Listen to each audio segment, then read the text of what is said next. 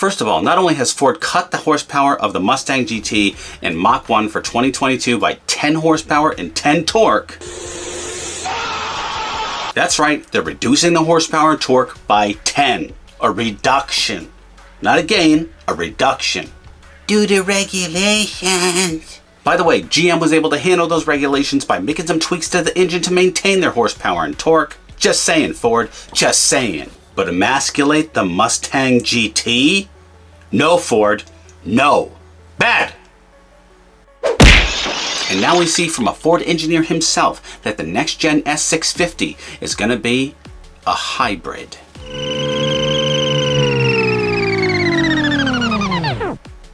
Here's why that's awesome. You have redeemed yourself, Ford. You have redeemed yourself. Let's dive in.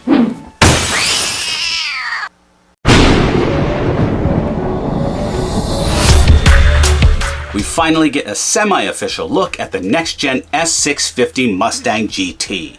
There's going to be that 4-cylinder hybrid. And importantly, that and the next-gen V8 are going to be hybrid Mustangs.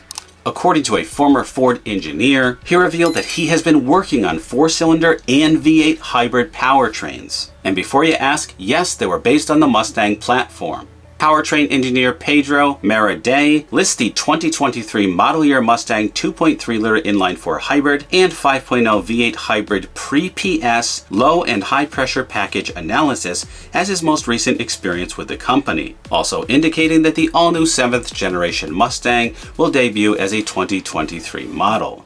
We know that pre-PS usually stands for pre-program start or pre-production start, but we're not sure what low and high pressure package analysis means. However, his previous work on the S650 Mustang was related to the intake and exhaust systems, including developing and releasing air intake low and high pressure ducts, among other things he listed. So it could be that he worked on the S650's intake tract. But what is absolutely clear is he is a legitimate source who worked on the S650 platform. Furthermore, Ford has several hybrid powertrains in their production lineup and is believed to be working on a 2.3-liter 4-cylinder based version that could be used in the rear-wheel drive Ford Ranger and Bronco, which means it would likely be suitable for a Mustang application. Here's what's even more interesting. Ford several years ago filed a patent for a V8 design that has 2 electric motors attached to it that can drive the front wheels of a vehicle in a 4-wheel drive configuration as the V8 sends power through the transmission to the rear. That means V8 power augmented by front-wheel drive electric motors, which means better traction plus better acceleration, brings me to my happy place.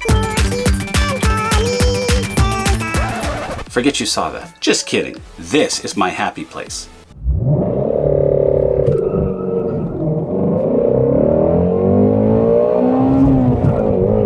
I have been wanting an all-wheel drive Mustang GT for EVs, bruh. For EVs. Not only would acceleration be epic, but this could be an all-year-round car. Actually, to me, all sports cars and motorcycles are in fact all-year-round vehicles. If you don't think so, man up. Yes, you. That's you right there. Yeah, you man up. Unless you can afford a second car. But you know what I mean. You throw some Blizzaks on there, and you've got an epic ride that can scare away those winter blues. I've always missed the grip and the winter friendliness of my 2017 STI Limited, and ever since getting my 2018 Mustang GT, I've always wanted that Mustang GT power and growl in an all-wheel drive package. Well, now it looks like my dreams may be coming true. The only thing I'm worried about now is what if they botch the aesthetics, which Ford has not let me down so far, but anything is possible. Why, BMW? Why the beaver thing?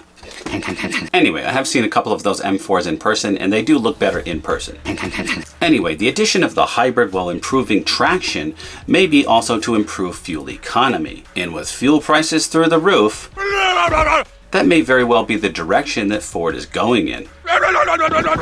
On the other hand, it may be a straight up performance boost, or more likely a combination of the two, as Ford will probably want to tune down that V8 engine and make up for the loss of engine power by those electric motors.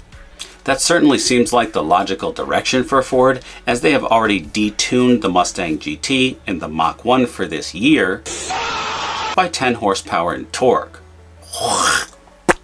But here's my grim prediction. The S650 will likely be the last Mustang GT to have gasoline coursing through its veins. The S750 will be all electric, and the Mustang GT that we've all come to know and love will in fact be dead. Please, no! No! Yes, no more long tube headers, exhausts, cold air intakes, turbos, and all the other accoutrements that the Mustang community has been used to upgrading their Mustangs with for so long. So long, modding community.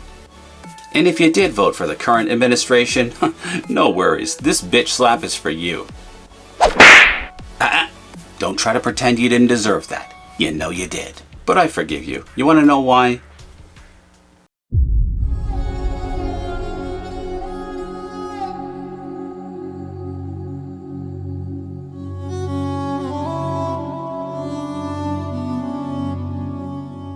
Alright boys, share your thoughts in the comments below. Are you guys excited by the new S650? Are you happy that there's going to be some sort of electric drivetrain in a hybrid configuration? Do you view this as an evolution of the Mustang GT line or a setback? Will you still view this Mustang GT hybrid as a real Mustang GT? Or are you going to go with 2021 and previous models to keep that fun, moddable, naturally aspirated fun that the Mustang GT is? I personally am excited for this. I think the S650 is still going to be a moddable platform, if not the last moddable platform, but I'm sure some people will figure out how to tweak the S750, plugging new batteries in or crossing wires here and there or something of that nature. Is that going to be fun? Only time will tell. I'm hereby committing to get one of the first S650s for your viewing pleasure. Alright guys, if you're new here, subscribe, please hit the like, please ring the bell, and until next time, always remember the motto, always be kinder than necessary, and I will see you in the next one.